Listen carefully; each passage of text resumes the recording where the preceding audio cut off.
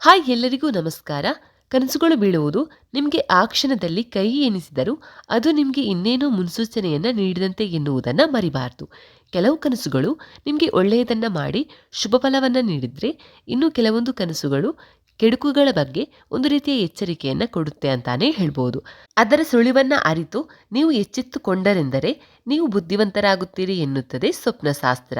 ಈಗ ಬಹುಮುಖ್ಯವಾಗಿ ಹಣ್ಣುಗಳು ಕನಸಲ್ಲಿ ಕಂಡರೆ ಅವುಗಳನ್ನು ತಿನ್ನುತ್ತಿರುವಂತೆ ಕನಸು ಕಾಣುವುದು ಮತ್ತು ಮರಗಳಲ್ಲಿ ಅವುಗಳನ್ನು ನೋಡುವುದು ಅಂದರೆ ಅದರಿಂದ ಏನು ಲಾಭ ನಷ್ಟ ಎಂಬುದನ್ನು ಈ ವಿಡಿಯೋದ ಮುಖಾಂತರ ತಿಳಿಯೋಣ. ಫಸ್ಟ್ ಒನ್, ಸೇಬು ಹಣ್ಣು.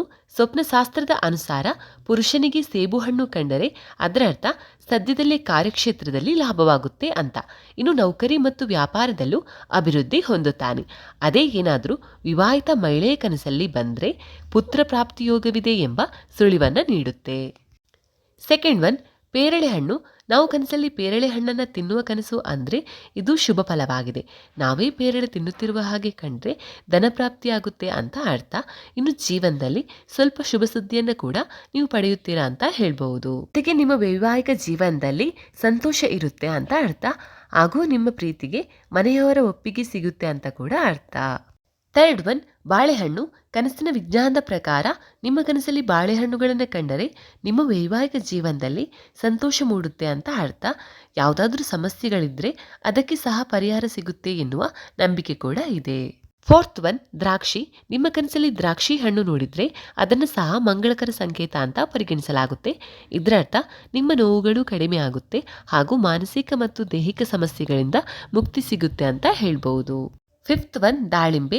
ಕನಸಿನ ಪುಸ್ತಕದ ಪ್ರಕಾರ ದಾಳಿಂಬೆ ಕನಸಲ್ಲಿ ಕಂಡರೆ ಬಹಳ ಶುಭ ಸಂಕೇತ ಅಂತ ಪರಿಗಣಿಸಲಾಗುತ್ತೆ.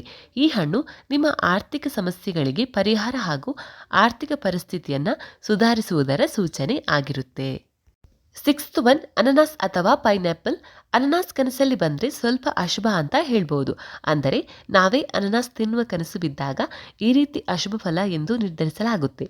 ಇದು ಜೀವನದಲ್ಲಿ ಸಮಸ್ಯೆಗಳು ಒಂದೊಂದಾಗಿ ಬರಲಿದೆ ಎಂಬ ಸಂಕೇತವನ್ನು ನೀಡುತ್ತೆ ಅಂತ ಹೇಳ್ಬೋದು. ಸೆವೆಂತ್ ಒನ್, ನೆಲ್ಲಿಕಾಯಿ.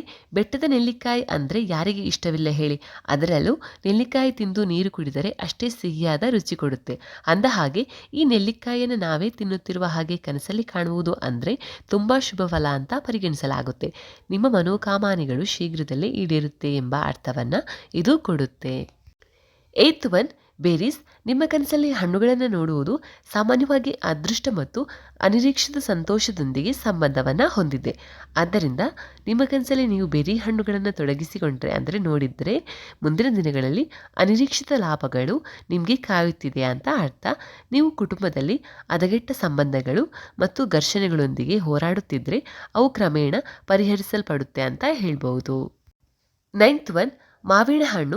ಸಾಮಾನ್ಯವಾಗಿ ಮಾವಿನ ಬಗ್ಗೆ ಕನಸು ಕಾಣುವುದು ಸಂಪತ್ತು, ಸಮೃದ್ಧಿ ಮತ್ತು ಗಳಿಕೆಯನ್ನು ಪ್ರತಿನಿಧಿಸುತ್ತೆ.